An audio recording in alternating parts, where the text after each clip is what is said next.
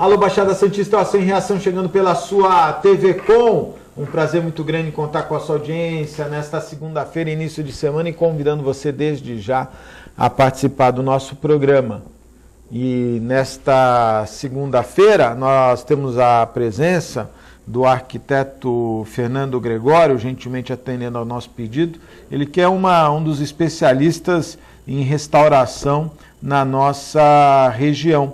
E a presença também do Paulo Miyamoto, ele que é odontologista e especialista em odontologia legal. Eles trouxeram aqui, inclusive já estiveram no programa do meu amigo Manuel Gonzalez, eles trouxeram a reconstituição de Santo Antônio. Daqui a pouquinho nós vamos falar mais sobre este tema.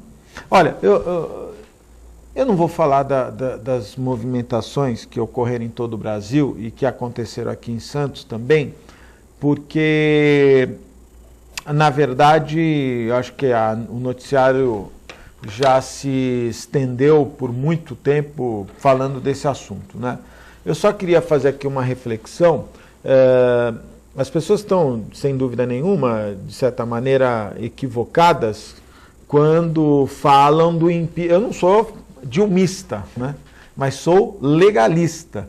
E quando se faz uma manifestação criticando a postura do governo, a roubalheira, a inflação, a diretriz que o governo está tomando, é um aspecto que deve ser respeitado.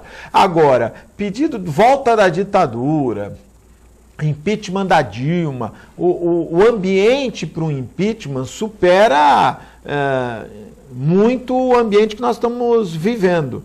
Primeiro que o PMDB está ao lado da Dilma e a bancada do PMDB está sendo contemplada aí de forma soberana. Vai ser muito difícil. Os principais partidos estão com a Dilma, o PSD do Kassab, que faz parte da base. Então essa história de impeachment, ela, a não ser que um fato criminoso comprovadamente apareça, acho que o ambiente de impeachment está muito distante. Agora, o ambiente de críticas à política econômica, de críticas ao que está acontecendo quanto à corrupção, sem dúvida nenhuma, nós temos que registrar. O que eu gostaria de comentar, sem dúvida nenhuma, é a questão que foi publicada quanto... Aqui, tá aqui, olha. O Estadão publicou uma matéria falando dos impactos ambientais do incêndio dos tanques da Ultracargo, que deve ser punida exemplarmente, porque cada vez mais fica comprovada a ineficácia da empresa quanto ao combate de um produto que ela armazena. É importante, as pessoas às vezes acham, foi um acidente, veja só, foi um acidente de uma atividade fim. A empresa Ultracargo ganha dinheiro e cobra muito para armazenar produtos inflamáveis, granel líquido inflamável. Se ela ganha para isso, ela tem que estar preparada. O presidente do sindicato veio a público do Sindiminério criticando as demissões da empresa. A empresa não tinha nem brigadista, muito poucos, a empresa não estava preparada com produtos que possam combater a incêndio em líquidos inflamáveis. Detalhe, se não tivesse do lado do Canal do Estuário, que contribuiu com mais de 6 bilhões de litros d'água, o crime, ou melhor, o acidente teria sido desastroso. Porque a sorte é que o canal estava ali do lado e pôde... Agora, tinha que dar pelo menos de prêmio para cada bombeiro 50 mil reais. No mínimo. Olha, tá aqui 50 mil reais. Quantos foram? 150 bombeiros? Cada um vai... Porque, meu amigo, esses caras, olha, parabéns, viu? Agora, a empresa não se manifestou. Para a empresa, não, é aquilo que eu digo. Empresa multinacional, se não tomar um ferro bem dado... Para eles é como se não nada acontecesse. Vai acontecer o que aconteceu com a Ródia, que empesteou o lençol freático da nossa região. Por isso que Santos é a campeã em casos de câncer no Brasil, Baixada Santista. Aí as pessoas, mas por quê? Lógico, a Ródia nos anos 70 enterrou em todo o litoral os tambores de pó da China e até hoje responde. Tem um processo aí que eu não sei nem mais para que tem, porque nunca vão punir a empresa francesa. E a Ultra, que é o grupo que comanda Ultragás, Ultra isso, Ultra aquilo, esses caras têm que tomar uma... E olha, inclusive, o estudioso da Unesp, o professor zoólogo Marcelo Pinheiro, ele acha e faz uma avaliação que a recuperação pode levar até 5 anos a contaminação em plantas e animais. E olha, saiu uma outra matéria, e eu concordo aqui, os santistas que se sentirem lesados com um incêndio, porventura tenham tido problemas, eles devem entrar com uma ação, aí está os peixes, né? Mas eles eles devem entrar com uma ação, não sei se... Você colocou essa matéria que Daiane Lee? Impactos de incêndio, eu não estou achando, mas enfim, já tem gente estudando a possibilidade. Está aqui? Então deixa eu dar uma... É que eu olhei agora, achei que você era a Vitória. Cabelo muito lisinho, eu achei que você era a Vitória, desculpa. Mas olha, eu não estou achando, mas sem dúvida nenhuma, eu acho que aqueles que se sentirem lesados deveriam acionar a Ultracargo. Eu, sem dúvida nenhuma, acho que é uma ação bastante... eu acho que está no passado aqui. Não estou achando. Olha, deixa eu dar um abraço no meu amigo Miguel Escandon, e eu me sinto responsável, um pouquinho, mas me sinto responsável, porque o número de visitantes da Casa do Trem Bélico aumentou em quase 100%. Que é um número significativo. E olha, a Casa do Trem Bélico não gasta a grana que o Museu Pelé gasta, que é uma vergonha aquilo lá, é um orçamento faraônico, tem diretor de marketing, gerente de marketing, apontador de marketing, não sei o que lá. E olha, impressionante, a Casa do Trem Bélico pulou de 816 pessoas para 1.629 pessoas de dezembro a fevereiro. No período de férias houve um aumento de 100%. E sem dúvida nenhuma tem muito a ver com o meu amigo Miguel Escandon, que encarnou o personagem do Zé Corneteiro. O Zé Corneteiro é interpretado pelo meu amigo Miguel Escandon, que que divulga espaço junto aos passageiros na estação Buck Jones, do bonde, na Praça Mauá. O Miguel Escandon levantou essa situação e vem divulgando muito. Lembrando que o acervo da Casa do Trem Bélico, ele é um acervo importantíssimo, é um acervo histórico e que muita gente nem conhece, que fica na rua Tiro 11, número 11, no Centro Histórico de Santos. A visitação de terça a domingo, das 11 da manhã às 5 da tarde. A entrada é franca. Você pode agendar grupos pelo 3299-5471. Então fica aí o registro. Muito obrigado e parabéns ao meu amigo Miguel Escandon, que de forma bastante lúdica... Não acha que é interessante isso, Fernando? Você conhece o trabalho do Escandon? Né, E o que a gente precisa realmente é essa divulgação dos nossos bens, né? É verdade. Santos é uma cidade rica em patrimônio histórico, cultural, artístico, arquitetônico, e a maioria da população não conhece. É verdade. Né? Outro dia eu recebi um grupo de alunos em visita ao Museu de Arte Sacra. Nem os professores tinham conhecimento do acervo que nós possuímos. Que nós conversando outro dia, você me disse que é um dos principais do Brasil, né? É o quarto em importância do país. Do país. E o segundo do Estado. Olha só. Nós temos as imaginárias mais antigas do país, por volta de 1560. As primeiras fabricadas E o Museu região. de Arte Sacra, que tem um patrimônio cultural, né, importantíssimo, vocês têm orçamento para a manutenção dessa... Não, a gente vive com bastante dificuldade, né? Temos aí a ajuda da Unisantos, também da Mitra Diocesana de Santos, a Prefeitura também entra com uma parte, mas é um orçamento bastante restrito, né? Pelos projetos que a gente tem de divulgação, para que todo esse acervo possa ser conhecido, Mas a gente vive com bastante dificuldade, realmente. O museu ele abre de terça a domingo? Terça Qual é o horário? domingo. Terça a domingo? Terça a domingo, das 10 às 17 horas. Para visitação, a entrada é franca? Não, tem um custo. Tem um custo, é R$3. Nada mais simbólico. Lógico, simbólico.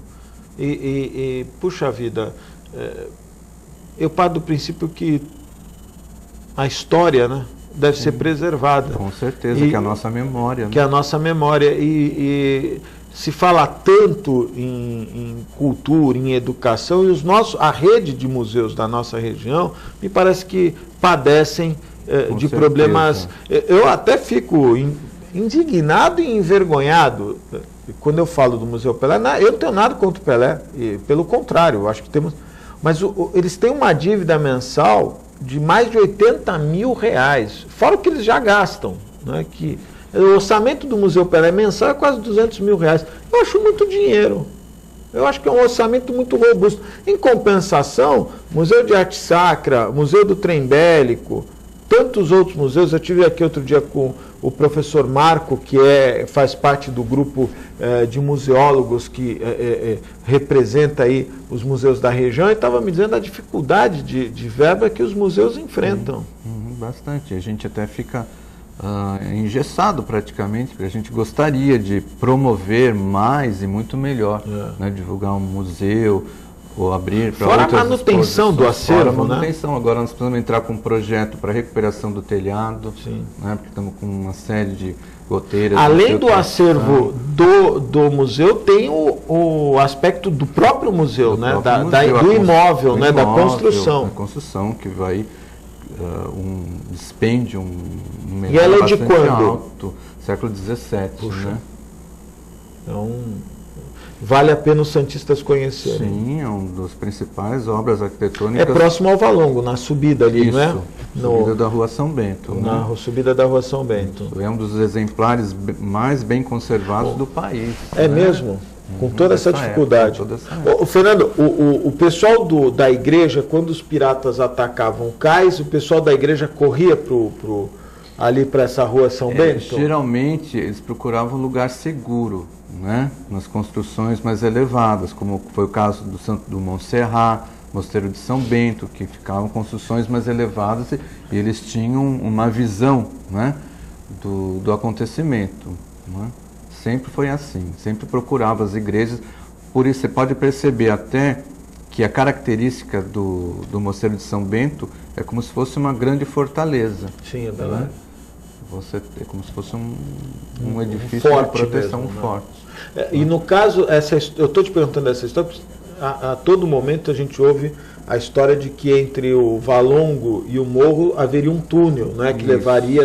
Isso eu já ouvi até gente dizer, não, o túnel já foi catalogado e tal. Isso é verdade? Sim, a gente ouve também, mas não existe nada substancial que comprove a existência. A gente ouve relatos, né, mas em história nós trabalhamos com fatos, né, com provas, né? Então fica na dedução, no universo da dedução, isso a gente não pode afirmar com certeza. Agora, só para a gente finalizar esse assunto, Santos tem cursos de aperfeiçoamento ou que possam qualificar as pessoas para restauração? Não tem.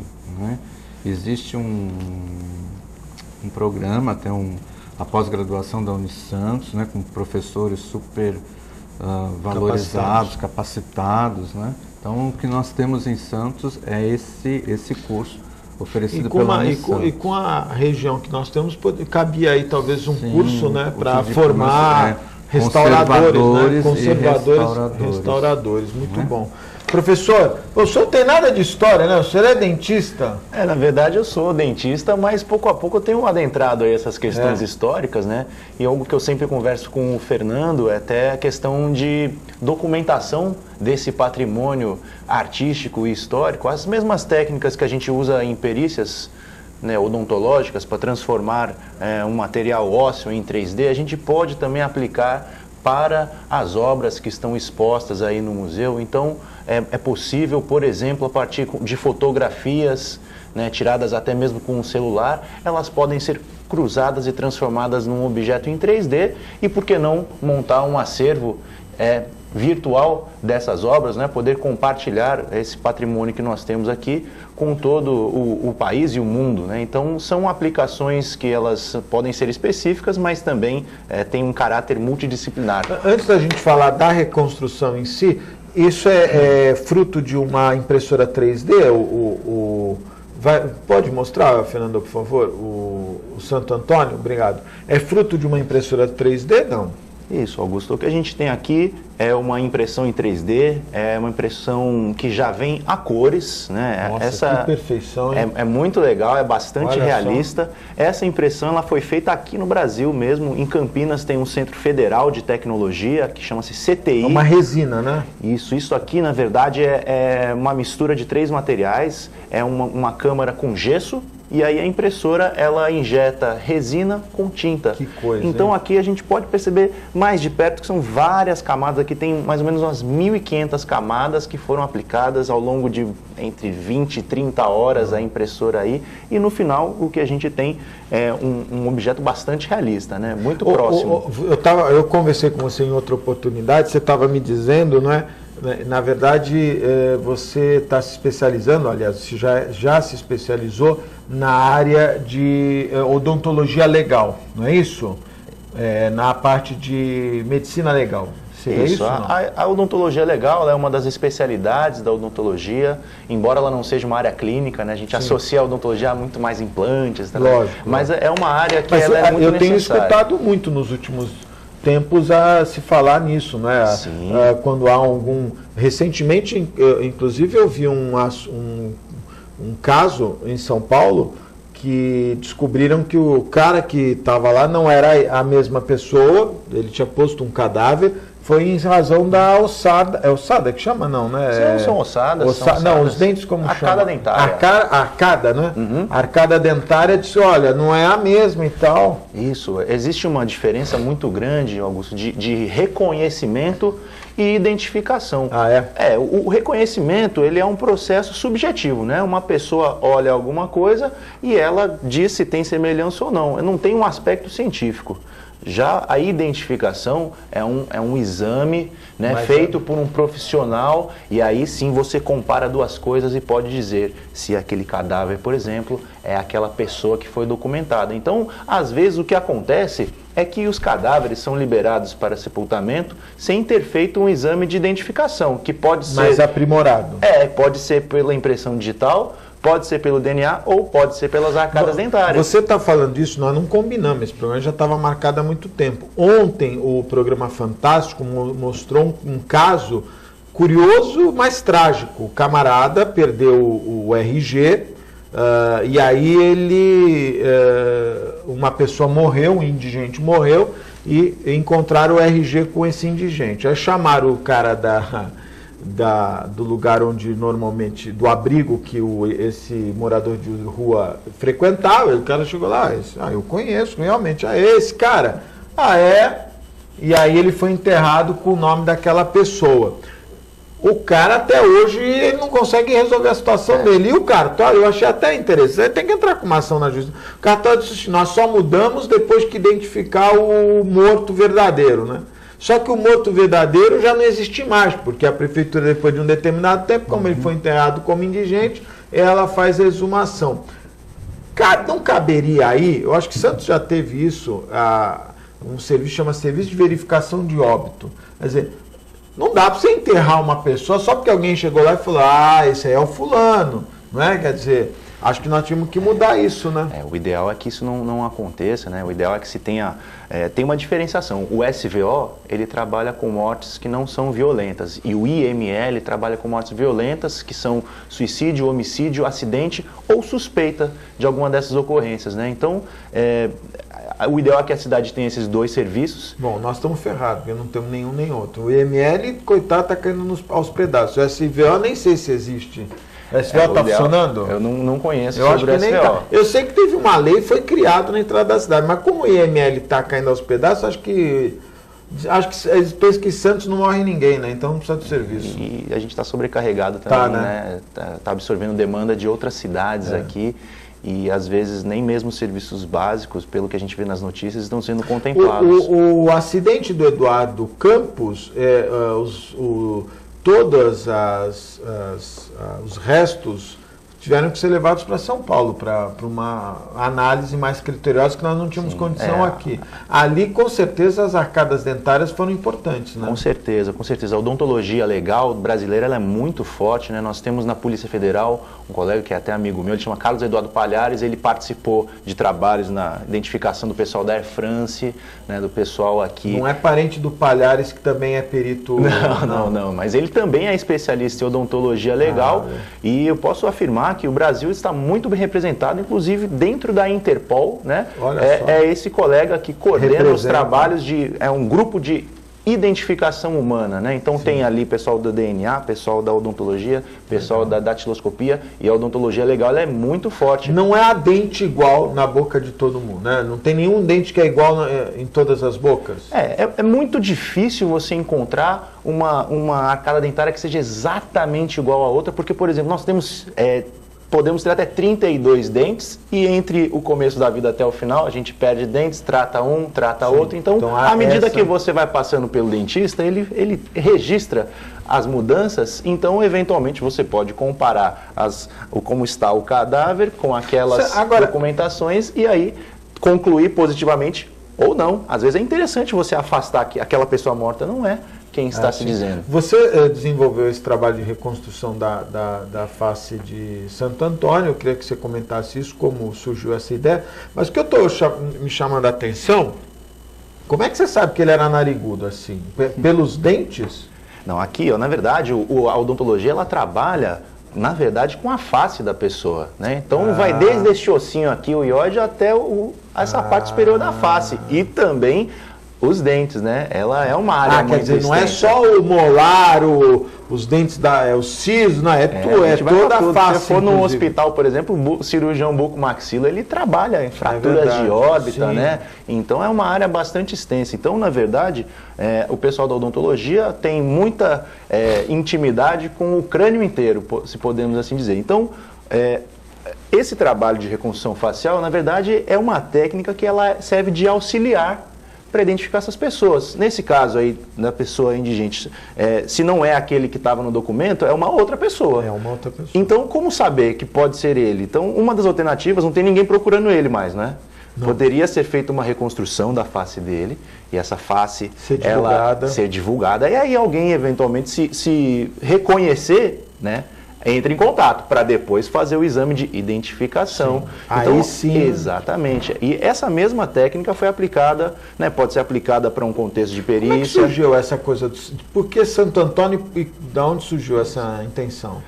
Eu estava fazendo meu doutorado, então eu morei um tempinho na Europa e lá eu comecei a trabalhar pela internet com um designer de 3D, ele chama Cícero Moraes. E ele também, a gente estava estudando essa mesma técnica de reconstrução. Então a gente começou a estudar juntos como fazer esse processo que às vezes o pessoal faz em argila, como fazer em 3D usando programa de computador. Então a gente desenvolveu um jeito de fazer tudo sem ter que pagar nada, porque a realidade do Brasil exige isso. Verdade. Né? E aí o Cícero ele tem parcerias com arqueólogos. E esses arqueólogos italianos, eles mandaram fotografias, eu acho que tem até um vídeo aí. Nós temos um vídeo? Tem aí, deixa eu ver aqui. É um vídeo do crânio, é um crânio, digitalização de crânio. Vamos ver então o vídeo? Que aí a técnica consiste de fazer várias fotos ao redor de um crânio e essas fotos, né, são processadas num programa e se tornam então um crânio em 3D. Então desse modo a gente conseguiu ter na nossa tela de computador um crânio que estava enterrado lá na Itália. E eles não falaram pra gente de quem que era. Então peraí, os arqueólogos amigos do Cícero falaram assim, olha, nós temos um crânio aqui, vocês querem reconstituir, mas não disseram de quem era, é isso? Exatamente. Aí já era o crânio de Santo Antônio. A gente não sabia, eles disseram as mesmas informações que a gente extrai do exame. E desse crânio você desenvolveu tudo isso? E a gente pode extrair várias informações, a gente consegue dizer, olhando pelo crânio e outros ossos também, sobre a estimativa da idade, se é homem, se é mulher, se é negro, branco ou asiático, a estatura, até mesmo a destreza manual da pessoa. Estatura? Mas aí a gente olha outros ossos, a gente pode olhar ossos longos, né? E todo esse trabalho é antropologia forense. Não, isso eu entendi, mas você não vê a altura pela arcada dentária. Tem algumas técnicas, mas elas não são tão confiáveis, a gente não aplica. E a destreza também não. Ela, às vezes, tem alguns ossos da clavícula que se distribuem, se desenvolvem mais. Às vezes, até em pessoas que, né, escovam os dentes mais modernos, até o lado que você escova com mais força fica desgastado. Eu vejo isso na minha clínica. Quando eu atendo paciente, às vezes o lado que está mais desgastado... Se o cara usa charuto, se o cara fumar cachimbo... Sim, se ele tinha uma dieta rica em açúcar, tal, dá para você dizer muita coisa sobre o estilo de vida da pessoa. Então, nesse caso aqui... Aí vocês começaram, em razão desse pedido dos arqueólogos italianos, né? Vocês receberam o crânio e daquele crânio que nós vimos, vocês começaram a desenvolver a reconstituição. Levou quanto tempo? Olha, a gente tem desenvolvido essa técnica, a gente consegue fazer, trabalhando direto, a gente pode botar entre 48 horas mais ou menos de trabalho, a gente consegue fazer. Por que a gente quer fazer rápido? Porque a gente quer que isso seja aplicado nas perícias do Brasil. O que mais demorou, na verdade, foi ter que esperar até o dia certo de poder divulgar esses resultados. Isso fez parte do quê? De um evento, exatamente? Por que tinha prazo? Porque assim, veja só, quando a gente reconstruiu, se você imaginar essa face sem cor, sem cabelo, sem nada, a gente chegou nessa fase e enviou de volta para a Itália. Ok. Aí eles falaram, quer saber de quem que é esse crânio? A gente estava muito curioso, claro. Lógico. Aí eles disseram, Santo Antônio, mas que Santo Antônio? A gente não somos religiosos, né? Então, o casamenteiro, esse mesmo, lá tem festa junina também, eles celebram. Sim. E aí foi que a gente pôde, então, saber que eles estavam num projeto em parceria com o Museu de Antropologia da cidade de Pádua. Santo Antônio era professor universitário. E Tanto também... é que tem Santo Antônio de Pádua, né? Exatamente. Ele nascido em Lisboa, mas morreu em Pádua. Então as duas cidades querem tomar para si, né, a figura dele como pertencendo ali. Lógico. E aí, depois dessas informações que a gente conseguiu caracterizar, né, com o trabalho do Cícero de design gráfico, ou o corte de cabelo típico dos franciscanos, as vestes e até mesmo essa barba por fazer foi sugestão da igreja. A igreja participou desse trabalho, concedeu toda. E por que a barba por fazer? Porque provavelmente eles eram franciscanos com votos de pobreza, então a aparência deles não era a maior prioridade. Então, se nós víssemos um franciscano do século XIII hoje em dia, provavelmente nós não ficaríamos assim, né, encantados com a sua aparência angelical. Não tem a aparência angelical que a gente está acostumado, Augusto. Fernando, e você que estuda o assunto, né, uma pessoa que está ligada a essa questão religiosa, como é que você vê esse trabalho? Nossa, nós ficamos bastante surpresos, né, porque você, com esse trabalho, você reconstitui o verdadeiro Santo Antônio, porque nós temos uma imagem aí de 800 anos que vem caminhando, uma imagem idealizada. Agora nós temos uma imagem bem próxima do real. Então traz o Santo Antônio, homem do século XIII, né? Foi uma das grandes inteligências da sua época, né? O santo mais popular da Igreja Católica. Santo Antônio hoje é o santo mais popular? Mais popular da Igreja Católica, do Ocidente católico é Santo Antônio, né? Como o Paulo falou, disputado entre Lisboa e Pádua, né? É que o Papa Leão XIII falou, olha, Santo Antônio não é nem de Pádua nem de Lisboa, é do mundo inteiro, não é? Porque é um santo que é cultuado na Índia, né? Pelos índios americanos, não é? Então, mesmo pelos não católicos. Agora, a igreja já bateu o martelo que esta é a imagem de Santo Antônio? Mais próxima.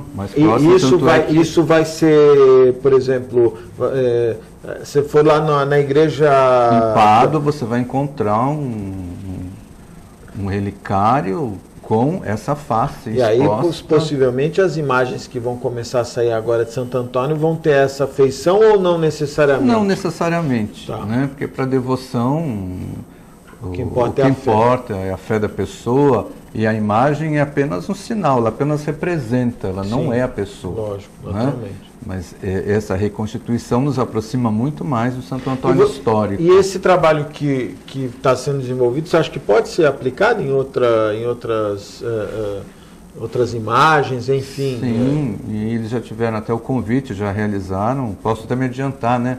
Reconstruíram a face do crânio, que é venerado na França como o de Maria Madalena. E já tem o projeto também de Lima, para a reconstrução facial de Santa Rosa de Lima, que é a padroeira da América Latina, São Martinho de Porres também, foram 2 santos do século XVI. Maria Madalena, vocês já bateram o martelo?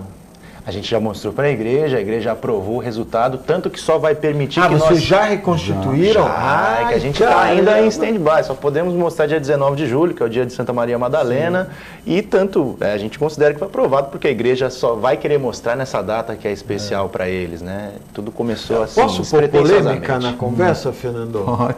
Claro. Eu tive um convidado há um mês atrás que veio aqui num momento ele acabou dizendo, não, Maria Madalena era casada com Jesus e que na Santa Ceia ela está ao lado e que ela era muito bonita e isso foi escondido, inclusive Jesus teve até filho com Maria Madalena. Maria Madalena é muito nessa reconstrução que vocês desenvolveram. Sim, o crânio ele dá pistas de como era a face, né? Então você tem, por exemplo, ossos nasais muito desenvolvidos e tortos, você pode ter ideia que o nariz não era assim. Segue. Então, da face dela, que a gente analisou o crânio, é uma face harmônica. Eu acho que até hoje, para os padrões atuais de beleza, poderia ser considerado bonito. Fernando, assim. Gostou dela? Olha, criou uma celeuma aqui, quase saiu, todo mundo Maria. O cara, não, Maria Madalena foi. Jesus era casado com Maria Madalena. Não existe nada disso. Foram especulações que se fizeram. Maria Madalena é reconhecida pela Igreja Católica, né, como uma verdadeira apóstola. Ela que foi a primeira que anunciou a ressurreição de Jesus, foi a primeira pessoa que recebeu do próprio Cristo, né, que aparece ressuscitado, né, é ela que leva a mensagem para os apóstolos, ela se tornou uma grande líder das primeiras comunidades cristãs em Jerusalém, né, o resto, né, são especulações, né, então realmente fica no mundo da fantasia, mas não existiu nada disso. Agora, para a igreja acho que é interessante, porque naturalmente que você tem algumas figuras importantes que se tem um relato, né? E muitos não têm a figura real. Eu acho que essa possibilidade de reconstituição pode acabar ajudando muito, né? E resgatar a história, né? Resgata a história da própria igreja, né? Pode até criar um museu de cera na igreja, né? Reconstituindo, né? Por que não? Porque a partir desse molde você tem a cor dos olhos? Não. Então, aí são informações que não dá para saber olhando o crânio. Talvez com exame de DNA, mas a gente não fez, então são coisas subjetivas. Mas agora, a posição de lábio, porque eu estou achando, por exemplo, que o lábio não é um lábio, é um lábio fino até, né? De certa maneira... Isso tudo você conseguiu desenvolver em cima da arcade. Exatamente. A gente... É a Arcádia. Arcada. Né?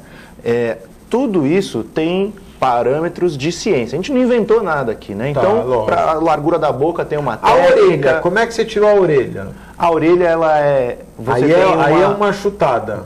Tem algumas fórmulas, elas não são 100%. Lógico. Mas, por exemplo, a distância do canto do olho até o canto da boca dá uma ideia de como a orelha pode ser. Esse então osso aqui você consegue, em alguns lugares, ter uma exatidão e em outros uma aproximação. Isso. Tanto que esse trabalho é chamado de reconstrução facial forense ou aproximação facial forense. Porque igual 100% nunca vai ficar.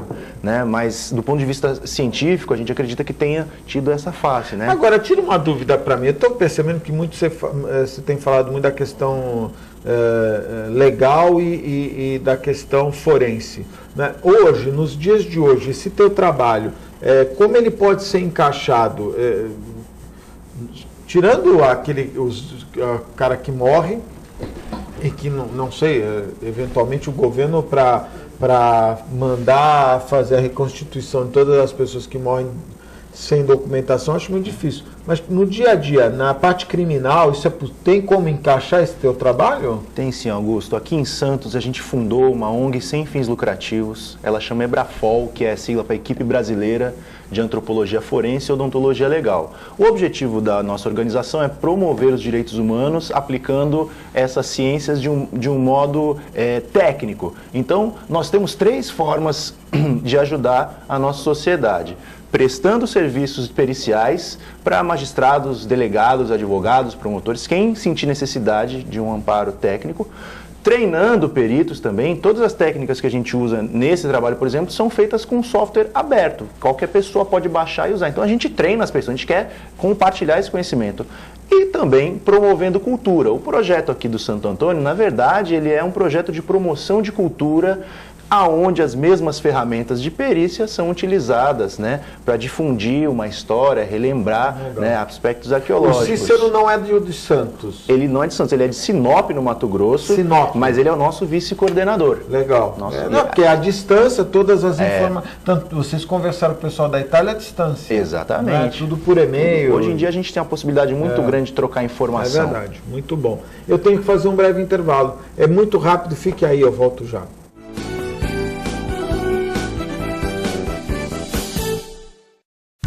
Com o objetivo de atender cada vez melhor, o Plano de Saúde Santa Casa oferece a você e a sua família uma ampla rede de atendimento em Santos, São Vicente, Praia Grande, Cubatão e Guarujá. Além de contar com a melhor equipe médica e multiprofissional do litoral paulista. Plano de Saúde Santa Casa de Santos. O melhor atendimento em plano de saúde. 3226-6200.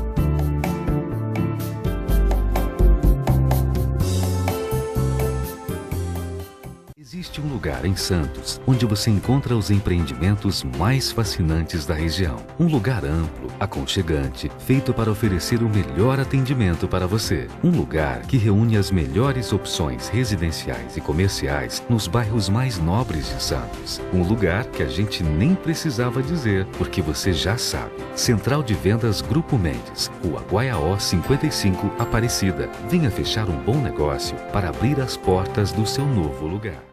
Buffet Maison Vanut, um novo conceito em festa. Requinte e sofisticação no mesmo espaço. Atendemos todos os tipos de eventos, aniversários, casamentos, festas infantis e confraternizações. Venha conhecer nossos ambientes e faça o seu orçamento. Buffet Maison Vanut, Avenida dos Bancários, 42.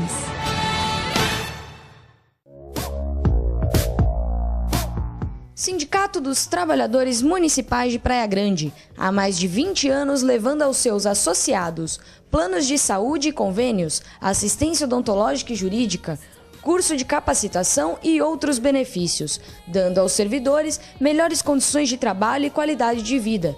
Para mais informações, acesse o site www.sindicatopraiagrande.org.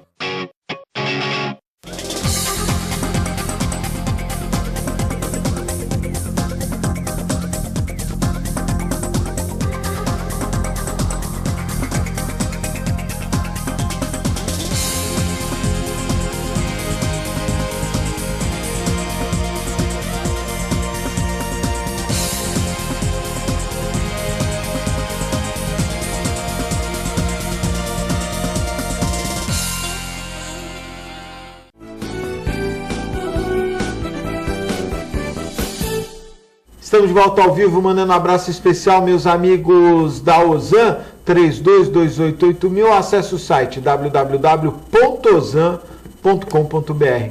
Quem nos apoia também, os meus amigos do restaurante Boqueirão Express Grill, Rua Lobo Viana 89, lá do da Unisanta, em frente ao Supercentro Boqueirão. Restaurante Boqueirão Express Grill. E os meus amigos do Incatep, o primeiro e verdadeiro centro de excelência portuária, o Incatep qualificando a mão de obra do trabalhador portuário e preparando para o mercado de trabalho. Sempre importante destacar os cursos do Incatep nas várias áreas que atendem a tão sonhada carreira portuária. Por isso eu recomendo. Em Catep, são 3 endereços, na Conselheiro Nébias, na Santos Dumont, no Guarujá, e em Santos, na Avenida Portuária, ao lado do ponto de escalação do Ogmo.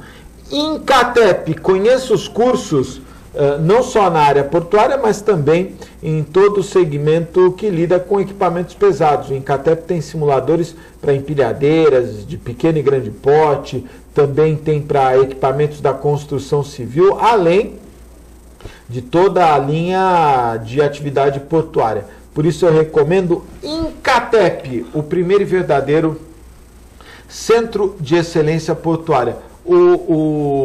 Nós trouxemos vídeos, não é, nós vamos falar um pouquinho da reconstrução, é isso? Isso, mas a gente está falando aqui também de como isso pode ajudar o pessoal no dia a dia, né? Então a Ebrafol, a gente tem alguns exemplos aí que são facilmente aplicáveis, são exemplos de digitalizações em 3D. Então, peraí, vamos devagar para eu entender. O que é isso aí? Isso aí é um crânio, uma parte de um crânio que levou um tiro.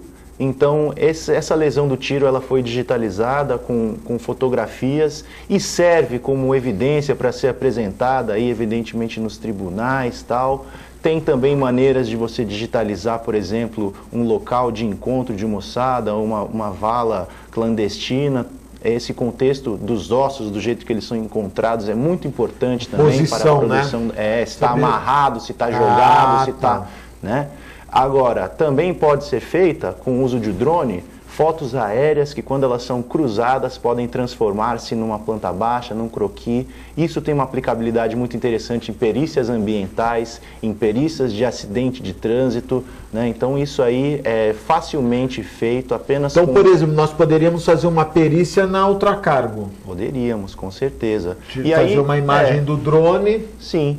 Aí é um exemplo da nossa cidade mesmo, a Praça da Independência, feita só com um telefone celular. Eu parecia um doidão lá, um japonês doido lá ao redor da Praça da Independência. Todo japonês já é meio doido, A gente gosta de tecnologia, né, Augusto? Aí a gente foi ver lá. Aí saiu aí uma digitalização da Praça da Independência. Com celular. Com celular. Aí ali ela serve de base para o estudo de qualquer... estudo que você precisa fazer, né? Você tem ela toda digitalizada. Sim. Agora, todo esse trabalho, você estava me falando da questão do resgate cultural, no caso de Santo Antônio, houve uma regra, né, nesse projeto todo, a Igreja Católica pediu para você segurar para a divulgação Isso já foi feito ou haverá uma data específica para isso? No ano passado, a gente só revelou no dia de Santo Antônio, agora para Santos, aqui nós estamos com uma programação dedicada para a nossa cidade. Sim. Então, pessoal da Unisanta, Faculdade de Odontologia, principalmente dia 14 de maio, nós faremos às 19 horas uma palestra que vai mostrar as técnicas científicas que levaram a este trabalho e outros assuntos. Pessoal na paróquia do Imbaré, de Santo Antônio do Imbaré, dia 27 de maio, nós faremos uma palestra para o grande público, onde nós vamos tentar levar para os leigos os assuntos que também fazem parte desse trabalho. E vamos finalizar no dia 30 de maio, que vai abrir a trezena de Santo Antônio. Vai abrir, então, vai haver uma cerimônia de entrega deste busto para a nossa cidade e ele ficará exposto na nossa igreja do Imbaré. Esse trabalho, a igreja do Imbaré também é Santo Antônio? Eu não sabia. Santo Antônio do Imbaré. Santo Antônio do Imbaré. Então tem o Santo Antônio do Valongo e Santo Antônio do Imbaré. Mas aí não eram é só como referência, né? Só referência, pega o nome do bairro, né? Do bairro, né? O Valongo é de 1640. Mas a ordem são franciscanos, mas obediências diferentes. Que nem, por exemplo, o Valongo são os frades menores. Os capuchinhos do Imbaré são os franciscanos da Reforma do século XVI. Ok. Então, são franciscanos, a ordem dos frades menores, capuchinhos. Ok. Quer dizer, eles são administrados, né, vamos dizer assim, cada um com o seu geral próprio, né, com a sua regra própria, mas todos formam uma grande família franciscana. Eu sou um leigo no assunto, mas nós temos os franciscanos... Então, nós temos... São Francisco fundou 3 ordens. A ordem dos frades menores, que hoje se apresenta em 3 ramos. Os menores, os conventuais, que ficam em Padua e Assis, e os capuchinhos, né? A ordem segunda, juntamente com Santa Clara, que hoje é conhecida como Ordem das Clarissas. E a ordem terceira, que no início chamava-se Ordem dos Irmãos e Irmãs da Penitência, ou daqueles irmãos e irmãs que se propõem a uma vida segundo o Evangelho, vivendo no mundo. Hoje conhecido como Ordem Franciscana Secular. A partir do Papa Paulo VI, muda a denominação de Ordem Terceira para a Ordem Franciscana Secular. Então são as 3 ordens fundadas por São Francisco, mais as congregações masculinas e femininas que formam a família franciscana no mundo todo. O Papa, esse mês, né, teve um fato curioso, que foram freiras, né, que acabaram cercando ele num evento, né, e fizeram inclusive uma festa, e era festa que eu digo de felicidade de encontrá-lo, e são freiras que são enclausuradas, né? E nós aqui em Santos tínhamos no final da Conselheira, não sei se ainda existe. Nós temos só o Carmelo, né, o Carmelo São José, aí na Rua Dom Duarte, ao lado da Igreja São Judas, que são irmãs que pertencem à ordem do Carmelo Descalço. Na Conselheiro Nébias, ali depois do Corpo de Bombeiros, tinha uma ordem. Sim, mas não de enclausuradas. Aquelas não são enclausuradas. Não, enclausuradas só no Carmelo São José. Quer dizer, elas não têm contato... Não, nenhum. Essa da Conselheiro Nébias, eu lembro que eu trabalhei ali, eu sempre via freiras por ali, você sabe qual é aquela ordem? Sei. Mas era congregação. Era uma congregação. Não estou falando dessa da Conselheiro Nébias em frente à universidade, estou dizendo uma bem lá no final da Conselheiro Nébias, perto da... quando a Conselheiro Nébias se afunila. Então, ali nós tínhamos a congregação das Irmãs Canossianas, não é? Ah, tá. Essa não é enclausurada também, entendi. Muito bom. As que fizeram festa para o padre eram enclausuradas, né? E elas fizeram uma homenagem emocionante, né? Porque mostraram a devoção delas ao Papa. Paulo, eu estava... Assim, a gente fica muito feliz de saber que há essa possibilidade de reconstituição, né? Até porque isso pode extrapolar a questão religiosa, né? Como você já falou, e a questão dos dias atuais. Porque há muito questionamento, por exemplo, quanto à figura de Jesus, né? Nós não temos nenhum resquício, mas através do manto sagrado, por exemplo, você digitalizando o manto sagrado, seria possível uma reconstituição? Olha, essa técnica ela depende de um crânio. Sem ter um crânio, a gente não consegue fazer o mesmo trabalho. Com o manto, até pode ser, mas não vai ser através dessa técnica. Eu enxergo com um pouco sou um pouco conservador, eu acho que vai ser muito mais especulação do que realmente um trabalho de anatomia, de perícia. Real, né? Eu acredito que seja um pouco mais subjetivo. Eu já vi trabalhos de reconstituição do Santo Sudário, né? Eles fazem um trabalho tridimensional, né? Até estava com problemas lá, o Santo Sudário tinha tido alguns problemas de manutenção, de conservação. Isso já foi corrigido, isso, sabe, Fernando? Já foi corrigido. Porque a exposição da síndone à luz, né? Interfere a temperaturas, né? Mas existe sim a possibilidade de chegar a uma aparência próxima de acordo com a impressão que se encontra no Santo Sudário, mas não por essa técnica. Não por essa é uma... Há necessariamente, como você diz, Paulo, o crânio deve existir, né, para que possa ser...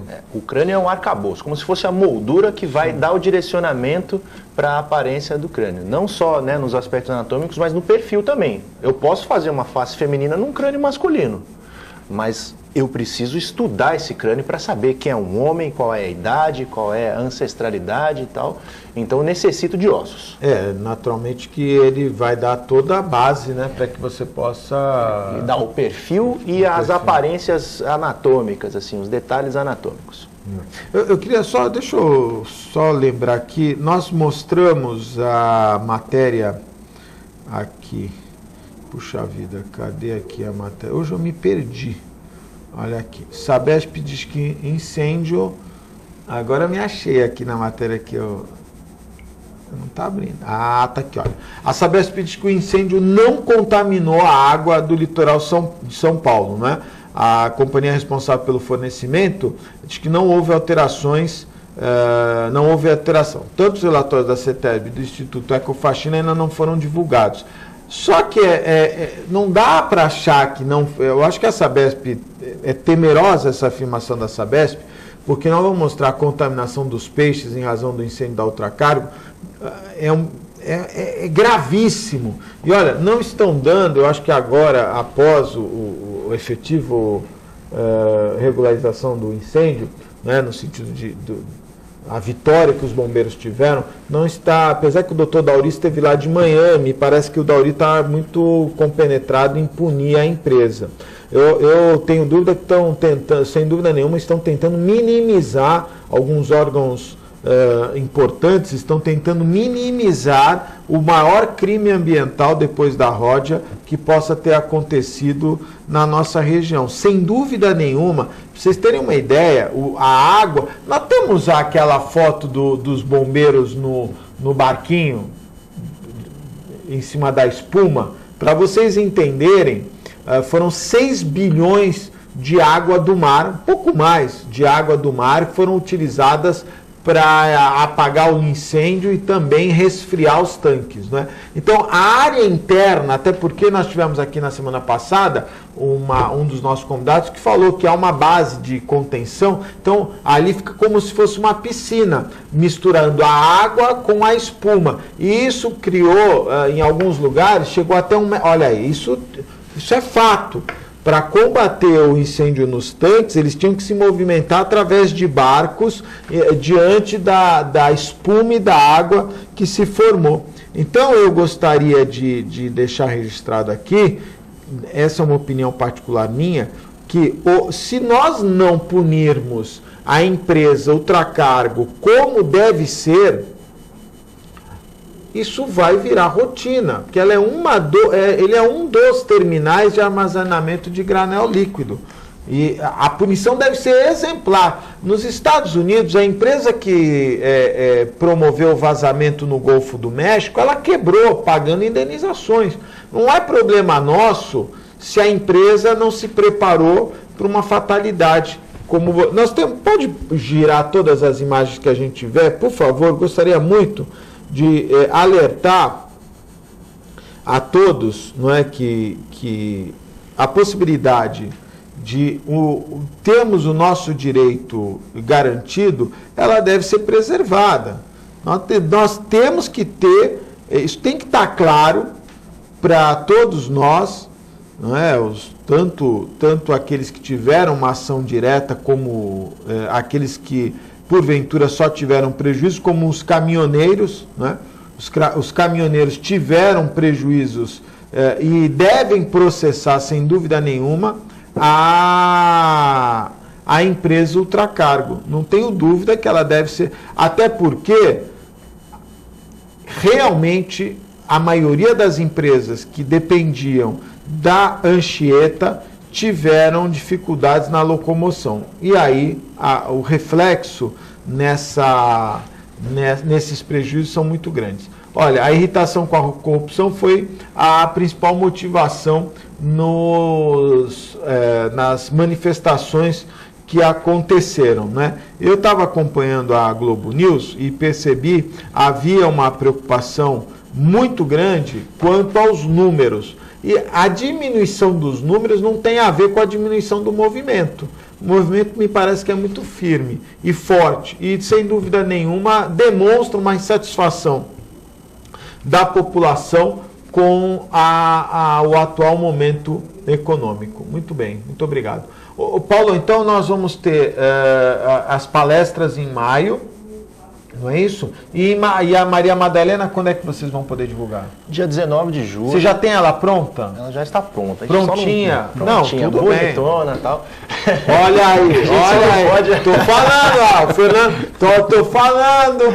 Olha só, vai ser um evento simultâneo na França e aqui no Brasil também. Que legal. E no Brasil vai ser aonde? No Brasil vai ser no Rio de Janeiro, no IFARJ, que é o Instituto de Pesquisa Histórica e Arqueológica do Rio de Janeiro. Então vão ser eventos simultâneos, onde nós iremos então mostrar a reconstrução facial de Maria Madalena. Muito dia bem. 19 de julho. Muito bem, muito obrigado pela Eu que participação. agradeço, viu? Augusto. Obrigado, telespectadores, pela audiência. Muito obrigado. Fernando, muito obrigado. Obrigado vamos divulgar o pelo Museu de convite. Arte Sacra, vamos Vamos, tentar aumentar, que nem fizemos no Museu do Tremberg, com a quantidade de visitações, né? Agradeço aí, Não é? interesse. As pessoas têm que conhecer a cultura. E a riqueza que nós possuímos Sem aqui. dúvida nenhuma. Muito obrigado pela participação. Obrigado, viu? obrigado. A você, telespectador, muito obrigado pela audiência. Nós estamos indo embora. Nesse final de programa, agradecer, sem dúvida nenhuma, a todos os bombeiros a todos, não só os bombeiros, a todos que se envolveram diretamente no combate ao que é considerado o maior incêndio, mais grave incêndio ocorrido no estado de São Paulo, pela sua duração. E eu vi a entrevista de um dos bombeiros, foi 7 dias trabalhando incansavelmente, e a gente torce e exige que responsáveis sejam punidos. A empresa, enfim, alguém deve... Não podemos, senão fica aquela coisa da impunidade, por isso que o país está essa bagunça, sabe?